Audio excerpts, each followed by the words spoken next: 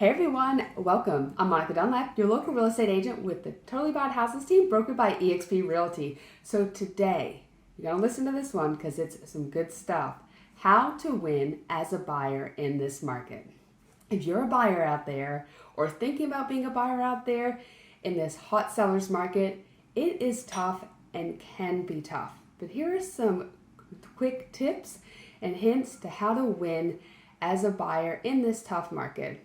First of all, you need to make sure you have a great real estate agent working for you that knows the market, understands it, and can give you the guidance you need to put a well-informed offer in when you find a home you absolutely love. Because there's nothing worse than missing out on a great home because you didn't have an agent that could take great care of you and get you the terms that you really need in order to be competitive in this market. And it is a competitive market. So here's the things you got to think about when you are out there as a buyer. First of all, you got to think about price. Several times there are houses that have a property that just goes up on the market. It may have 5, 10, 15, 20 offers or more. That's not unheard of in this market. And that can be scary. However, how do you be that one that's going to get the contract and move forward with the house?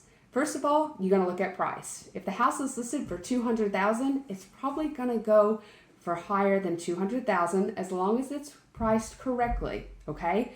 It is not uncommon in this market to see houses go for $25,000, $30,000, even $50,000 higher than the price. Now you may think about, okay, well, if I offer $250,000 and the house is only listed at $200,000, it doesn't mean the house is worth only $200,000. It could be competitively underpriced to get more offers to drive the price up.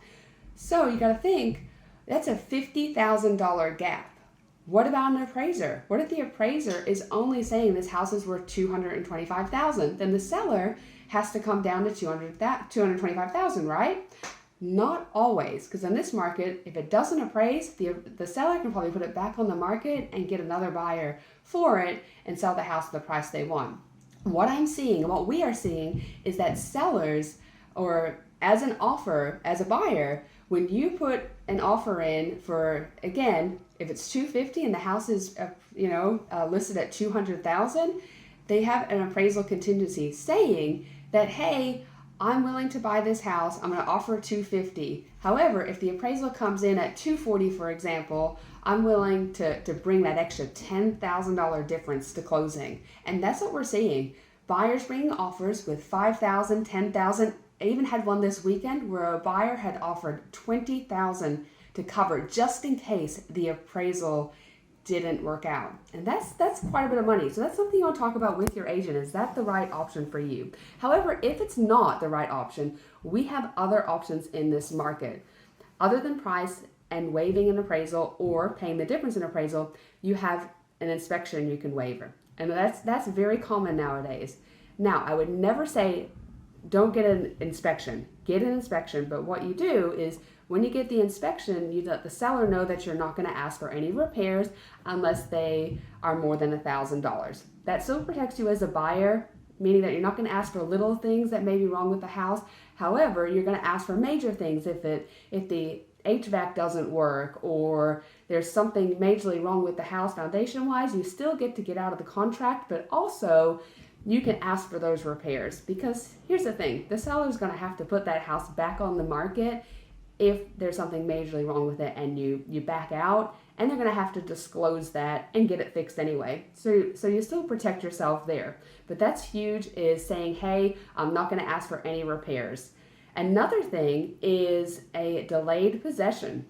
A lot of times sellers are afraid they don't want to move twice, so they don't want to close on their house and then buy their new house. So having 5 days, 7 days, even 2 days delayed possession is very favorable to the seller. Now, if the house you're buying is vacant, that really doesn't pertain. However, that's something to think about as well. Now, if you're a seller and you have a house that you want to buy, putting in a contingent offer doesn't work in this market. I've talked about this before. However, you can, as a buyer that has a house to sell, look at something called a recast loan, where this loan enables you to buy a house without selling your current house. You do need 5% down though in order to buy the new house, and then on the plans of selling your house after you move into your new house. So that's an option as well. But in this competitive buyer market, these are some of the things we are seeing and you need to look at, because it's tough out there. It really is. It's not unheard of to have 3, 5, 10 offers, and we want you as the buyer to get the accepted offer. So if you have any questions, let us know. We're happy to help. We have a bunch of great experienced agents on this team, and we're ready to work for you. I hope that helps. Hope everybody has a fantastic week, and I'll see you next week. Bye.